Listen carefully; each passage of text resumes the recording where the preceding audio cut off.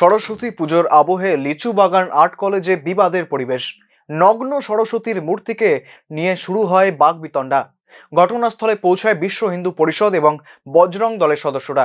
ঘটনার বিবরণে জানা গিয়েছে, বেশ কয়েকদিন ধরেই নাকি বিভিন্ন সোশ্যাল মিডিয়া সাইটে নগ্ন দেবীর ছবি দেওয়া একটি আমন্ত্রণপত্র ঘুরছিল।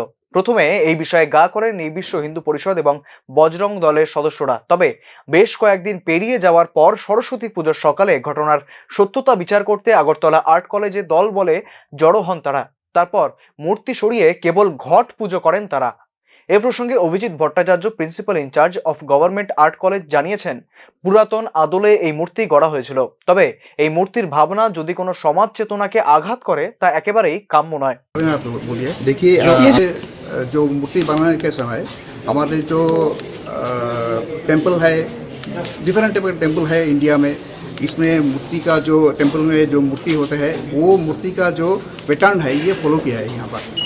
कौन सी टेम्पल का मूर्ति है ये? बहुत सारे टेम्पल में है ये, आप लोग देख सकते हैं कि हमारे साउथ इंडिया में है, नॉर्थ इंडिया में है, बहुत सारे टेम्पल में ये उस तरह का कुछ मूर्ति होते हैं जो टेम्पल में ये शरीर में होता है।